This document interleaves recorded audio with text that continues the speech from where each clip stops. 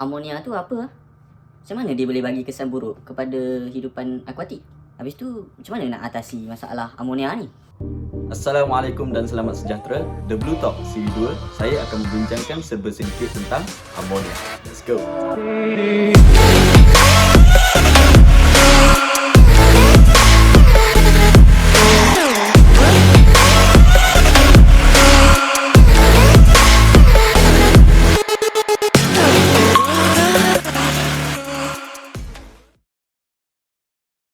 So, amonia ni dia salah satu bentuk nitrogen yang ada dalam nitrogen cycle. Maksudnya dalam nitrogen cycle tu dia ada amonia, nitrit dengan nitrat dan seterusnya.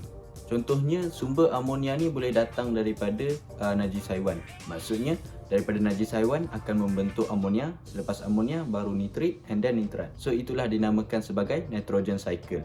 Amonia ni salah satu parameter yang kita wajib ukur lah, sebab amonia ni memberikan kesan buruk kepada hidupan akuatik, sebab amonia ni boleh menyebabkan kematian. Sebenarnya amonia ni telah digunakan luas untuk pembuatan baja untuk tanaman.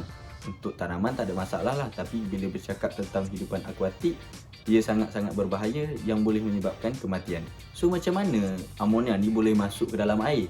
Salah satu caranya seperti yang telah saya nyatakan tadi, melalui najis haiwan. Tapi najis haiwan ni kita tak dapat nak kontrol sangat, sebab memang lumrah benda hidup ni akan menghasilkan najis. Selain itu juga daripada perebutan tumbuh-tumbuhan yang ada di dalam air. Sebagai contoh, tumbuhan tu tak dapat cahaya matahari menyebabkan ia mati. Proses perebutan tumbuhan tersebut akan membebaskan amonia ke dalam air. Sebab tu kami di Aroka, sebelum daripada peternak memasukkan air ke dalam kolam untuk ternakan udang galah, kami akan memastikan kolam tersebut dibersihkan terlebih dahulu. Bermaksud kita harus membuang tumbuh-tumbuhan, buang kayu-kayu rumput, buang sampah sarap dan sebagainya. Selain itu juga, sumber amonia ni boleh datang daripada lebihan makanan untuk haiwan ternakan kita. Setengah orang dia just bagi je, tapi kita tak tahu makanan yang kita bagi tu mencukupi ataupun tidak, ataupun boleh jadi berlebihan. Kalau makanan tu tidak mencukupi, ia akan membantu pertumbuhan haiwan tersebut. Tapi kalau makanan tu berlebihan di dalam air, dia akan menyebabkan amonia. So cara atasinya adalah kami di Aroka akan menyediakan sukatan berat makanan yang harus diberikan oleh peternak setiap hari. So sukatan tu bergantung kepada bilangan udang galah di dalam air dan juga berat semasa udang galah. So melalui sukatan makanan ini akan meminimumkan lebihan makanan di dalam kolam. Macam mana amonia ni dia boleh memberi kesan buruk kepada haiwan? Sebenarnya sistem pertahanan badan haiwan di dalam hidupan akuatik ni, dia boleh mengeluarkan amonia dari badan mereka.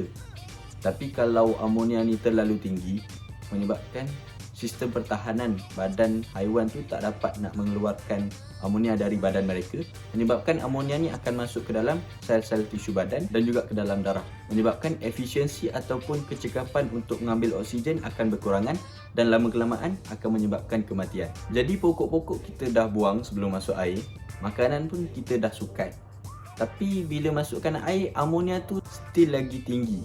So macam mana kita nak buat? Dia ada dua cara, sama ada untuk jangka masa pendek ataupun untuk jangka masa panjang. Untuk jangka masa pendek, kita hanya perlu mengeluarkan dalam 30, 40 ataupun 50% air yang ada di dalam kolam. Kita keluarkan and then kita masukkan dengan air baru.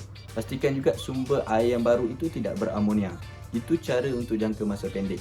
Untuk jangka masa panjang, kita boleh gunakan EM4+, iaitu campuran beberapa bakteria baik, ataupun yang kami selalu gunakan iaitu probiotik yang mengandungi bakteria baik iaitu Bacillus.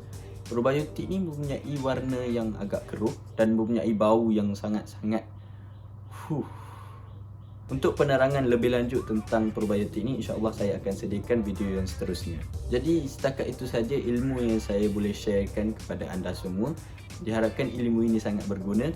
Terima kasih kerana menonton. Jumpa di next video. Assalamualaikum.